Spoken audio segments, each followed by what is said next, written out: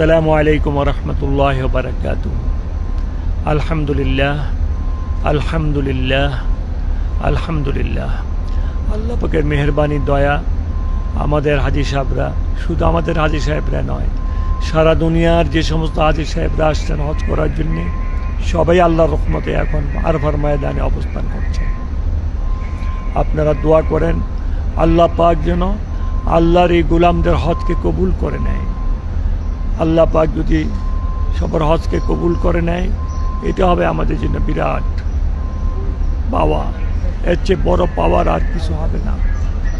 মিনার ময়দানে হাজী সাহেবদেরকে আমি খোঁজখবর নিয়েছি, ওনারা বলেছে আল্লাহর রহমত আমরা আগের চেয়ে ভালো আছি আমাদের হাজী সাহেবরা।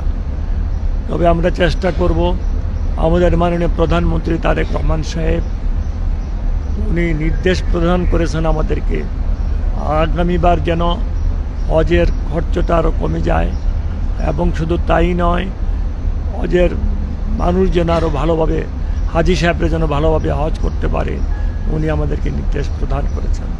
আল্লাহ যদি বাঁচায় রাখে আমরা চেষ্টা করব।